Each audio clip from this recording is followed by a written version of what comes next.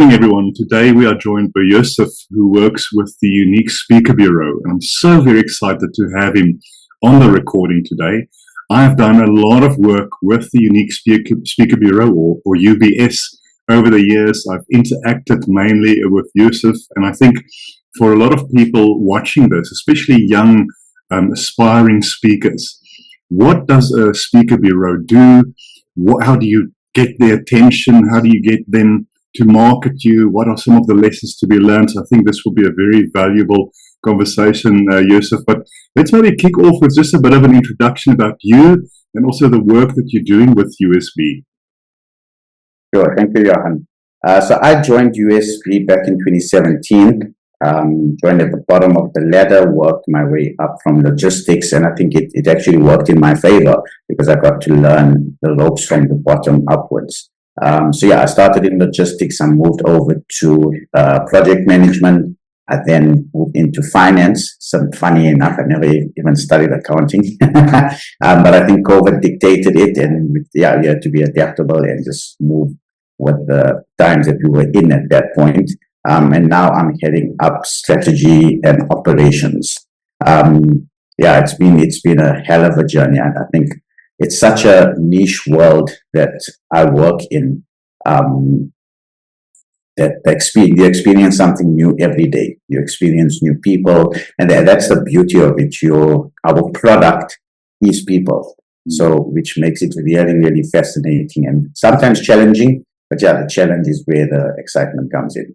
Fantastic. And for some of our viewers who might not know, what speaker bureaus typically do is they have, on the one hand, customers, conference organizers, corporate customers looking for specific speakers that could be gender-wise, ethnicity-wise, but also topic-wise. Like we deal a lot on artificial intelligence talks, Yusuf and I. And then they need to go find the right speakers. So they look at their own kind of fold of speakers that they have. Sometimes they will obviously look at new speakers and then match this opportunity with a client with the speaker. And then what they do, and Yusuf and his team is very good with this, is to arrange the spec from the customer, do all the paperwork, the purchase order, invoicing stuff, also obviously paying the speaker for it. So it is a wonderful opportunity as a speaker to expand your reach into the market. Let's focus a bit on Unique Speaker Bureau in particular, Yusuf. Can you tell us more about the organization, also what sets you apart in the market? Sure. So we started up back in 2009. It was actually a collaboration of 4 speakers at that time that came together, and they were the brainchild behind it. So their challenges were, we face challenges where we've got to follow up for our payment. We've got to arrange all the logistics around it, and it's becoming a bit difficult with us also being on stage at the same time. So they came up with the concept of, why don't we create a bureau and we can all collaborate together. So, for example, if we get a brief and I can't fulfill the brief fully, but I know my colleague can, then I can hand over the lead to them, but a bureau manages the whole process. So that's where it actually began, right? Then back in 2017, things started expanding. We noticed that, we need to start having more of a global reach. So we put that gear into place and we started the process of getting into the global market. I must say, it's when you think about speakers in general, you would think that, a speaker, whether they come from South Africa or they come from the United States, it's the same thing, which couldn't be further from the truth, because you're dealing with a lot of different cultures in different regions. And that's what we experienced when we tried to penetrate the global markets. So we then incorporated in 2021, we incorporated USB International, and we said we want to adopt a licensee model. So instead of us trying to understand the market, which will take a considerable amount of time, we said we'd rather open up the opportunity to licensees in the region so they can come into the business and also benefit from the knowledge that the business gives them. We've got our CI in place, we've got all our ducks in a row. So it made sense to let them use our CI, let them rely on us as being the mothership, but in return, they would know the region and they would know the cultures of the region. Because I think in the conferencing world, cultures is very important. I'll give you a typical example. In Singapore, it is considered disrespectful if you wear full black to a meeting. And you wouldn't know that. You wouldn't know that unless you're from the region and you understand the culture as well. So similarly, I mean, imagine going on stage in full black and you'd have everybody walking out of the conference room. So yeah, back in 2021, we started USBI, and it's been an interesting journey. I mean, you've just to penetrate the market has been quite challenging, but I think it's exciting at the same time. You're meeting new people. But on that note, I think it's pertinent for me to say that our speakers in South Africa are definitely on par with speakers across the globe. I mean, if you look at the United States, they still playing catch up with the whole diversity aspect in organizations. They don't know where to start. They don't know what's the blueprint. Whereas in South Africa, I think we've mastered it to a degree, and we are sort of the blueprint for them. So I think that's really kudos to our speakers in South Africa, that they've got that right. They understand it, they respect it, and they adopt it in organizations as well. Fantastic. One of the great benefits for me in working with you and the team, Yusuf, is if I have a conference invite from, say, a bank or a telco, big corporate, and obviously I'm going to charge them for my time and my speaking fees, but to become a vendor is such a mission, because I'm a one-man show. I don't necessarily have the BEE credentials and all the things that corporates in South Africa need. Sometimes to become a vendor with a bank will take me about 6 months, and the amount of work and emails and contracts is a mission. And the benefit I have with USB is that you are already vendors with most of our big corporates. You have all the credentials around BEE levels and the like, tax certificates. So it's easier because the client, it's easy for them to pay you and then for you to pay me. And also sometimes I will get a demand from a bank where you might not be a vendor yet, but then the mutual beneficial aspect there is my contact at the bank and me bringing it to you gives you a foot in the door there to also propose other speakers, motivational speakers, artists and others. So you get a foot in, and I don't have to worry about all the paperwork and stuff to become a vendor. So that's been a huge benefit for me. Also, the other thing that I like is the way we work is if USB brings a deal to me, there's a specific percentage, but then we also work on a different deal if I bring a deal to you guys. So I think we've had a really good mutually beneficial relationship, and it's based on honor, honesty and trust. Do you find that some of the speakers, maybe not the ones you have at the moment, maybe previous ones or so, that there are issues around how they work from an unethical point of view, perhaps? So I would rather put it as, it's the rotten egg in the bunch. I mean, it doesn't happen often. A lot of speakers, by nature, they are very ethical, right? But you'll get the one or two in between that try and obviously they don't have that transparency within them, right? But on the other spectrum, you've also got clients that also adopt similar methods where they try, and we, to a degree, we are considered the middleman. So they try and cut us out and either go direct to the speaker, which in business, I suppose it's considered allowed because it's they say business is ruthless. So we don't hold it against them. We obviously are wary about dealing with them in the future because we know what may transpire. But yeah, it does happen with clients as well, where they try and cut us out. They try and go direct to the speaker because in their defense, they're trying to save money. So we call them out on it. We obviously advise them, listen, we are aware of what has transpired, but we part ways amicably. And if they ever need our help in the future, we obviously make it known to them. And yeah, we just move forward, onwards and upwards. I think, and I hope clients do that, and I'll use an example shortly. But what they don't realize is that X percentage they might save of not working through you guys, the effort, again, the vendor registration, all the paperwork,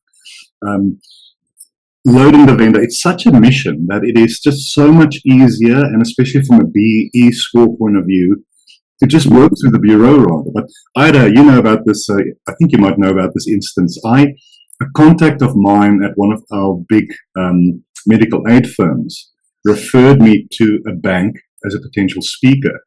But 2 days before that, one of your colleagues reached out to me for that same event.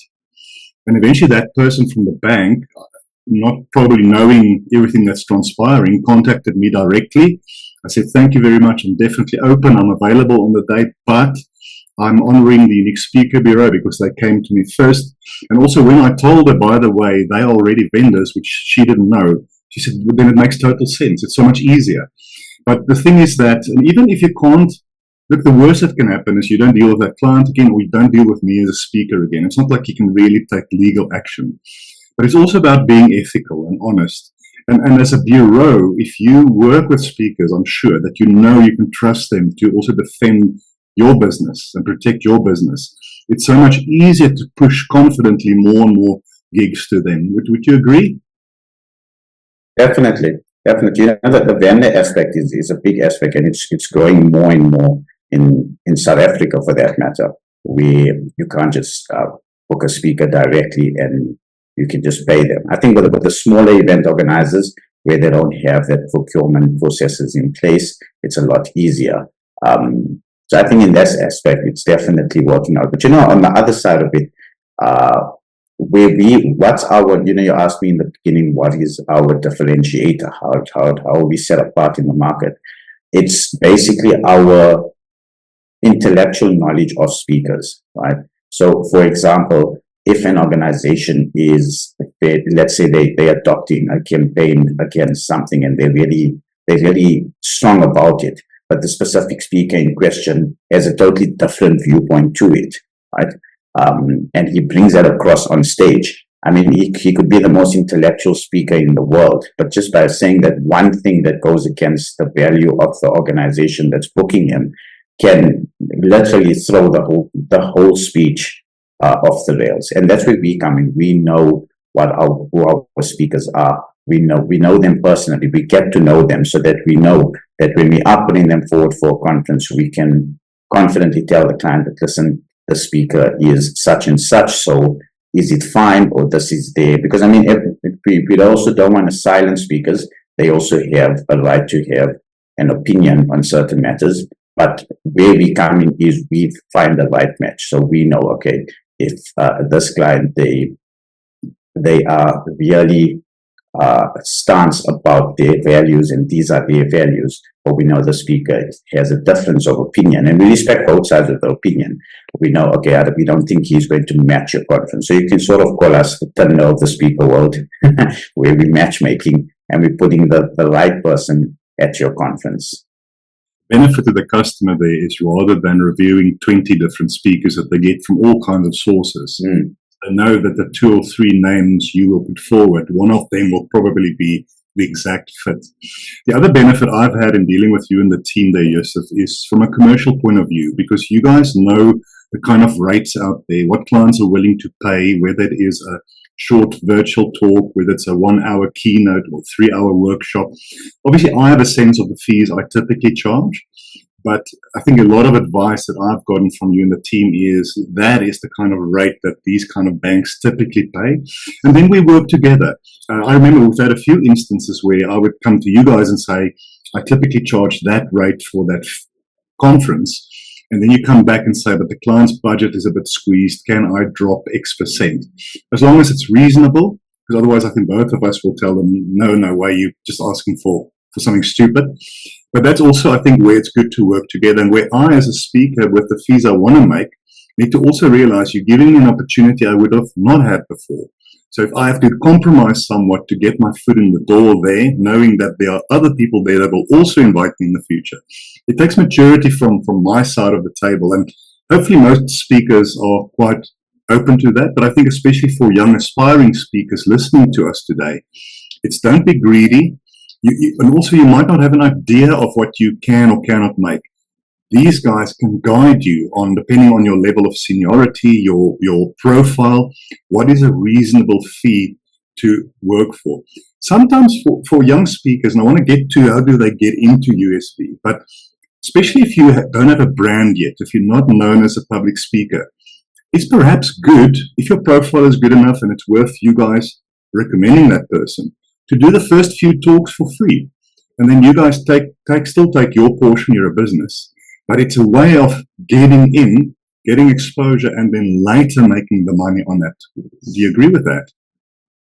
100%. So I think you can even look at it, if you were to find a metaphor for it, you could look at it as, when a doctor is qualified, but he's got to do his residency, right? He doesn't start earning the big bucks immediately. He's got to get the experience in the field.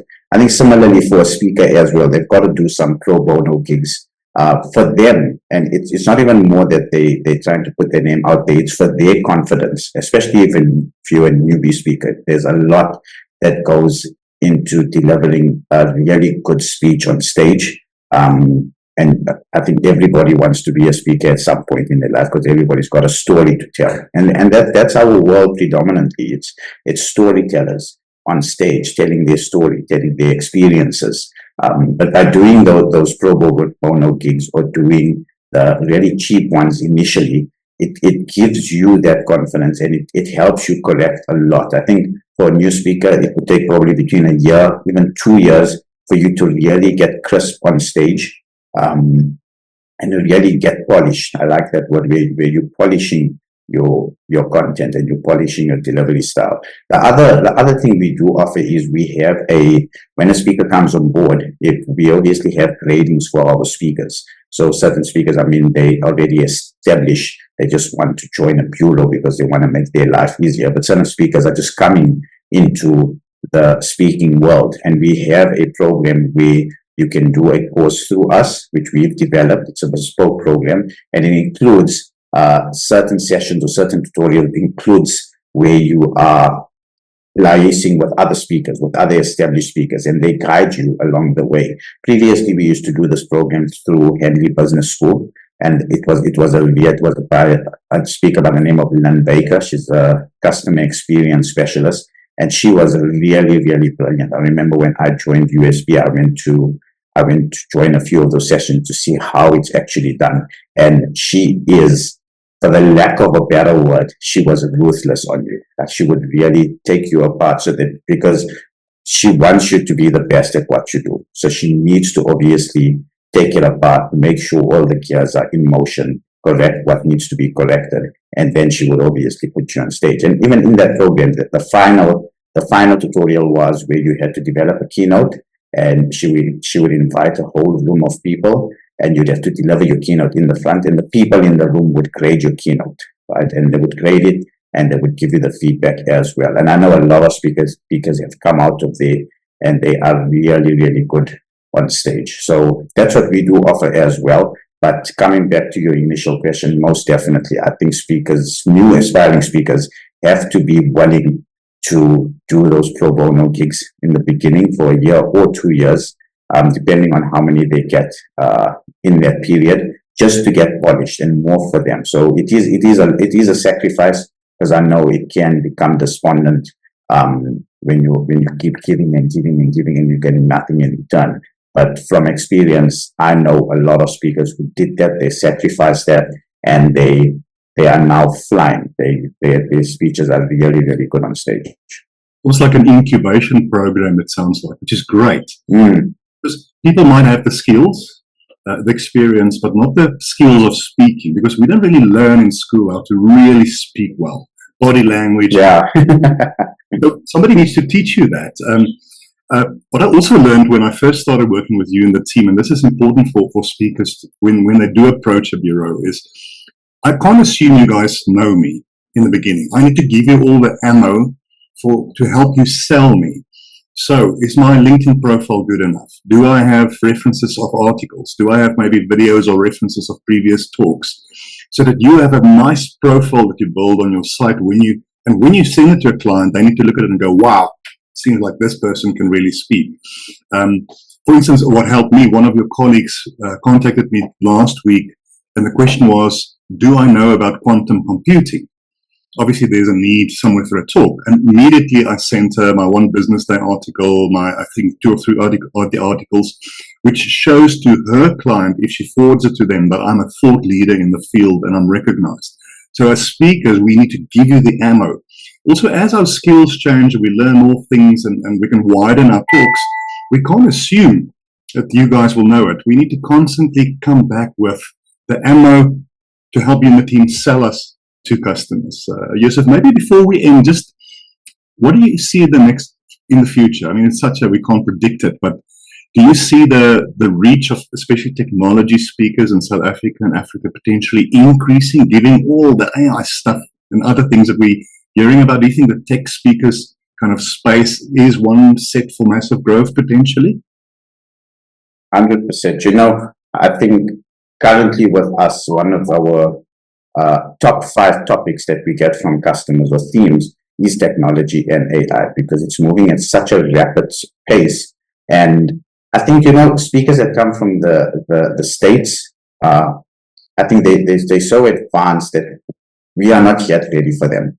Let's say our organizations are not yet ready for them, right? But our speakers in South Africa and Africa as the continent, I think, bring a whole different element to it. You know, there is a lot of intellectual knowledge from the African speakers, right? That